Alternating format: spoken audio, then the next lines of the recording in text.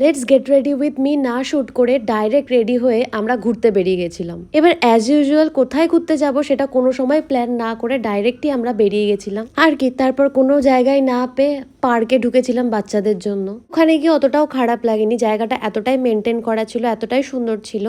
আর বেশ না একটা মানে নর্থ বেঙ্গল ভাইব দিচ্ছিল। বেশি করে ফিল হচ্ছিল ওখানকার সিনারিও আর টয় ট্রেনটার জন্য। না আগে কখনো টয় ট্রেনে ওঠা হয়নি, কারণ কখনো নর্থ বেঙ্গল যাওয়াও হয়নি। 20 টাকা দিয়ে এন্ট্রি ফি আর 20 টাকা দিয়ে টয় ট্রেন ফি দিয়ে মোট 40 টাকা দিয়ে আমরা না একটা আর্টিফিশিয়াল নর্থ বেঙ্গল অনুভব করেছিলাম। জায়গাটা ছবি তোলার জন্য খুবই সুন্দর। অ্যান্ড দেন আমরা কিছু পুরোনো বাড়ি দেখতে দেখতে মেন মার্কেটে এসেছিলাম। আর এই বাড়িটার ব্যালকনি থেকে এত সুন্দর পাতাগুলো মানে ঝাঁকড়া হয়েছিল, কি ভালো লাগছিল। আর তারপর আমরা ওয়ার্ল্ড বেস্ট ফুচকা খেলাম, যেটা আমার খুব ফেভারিট। তারপর ওখান থেকে চলে গেছিলাম আমরা কিছু প্লান্টস কিনতে। ওখানে প্লান্টস কেনার পরে অপোজিটে একটা সফটির দোকান আছে, ওখান থেকে সফটি খেতে খেতে বাড়ি চলে এসেছিলাম। আর এসে আবার রেডি হয়ে গেছিলাম আরেক জায়গায় যাওয়ার জন্য।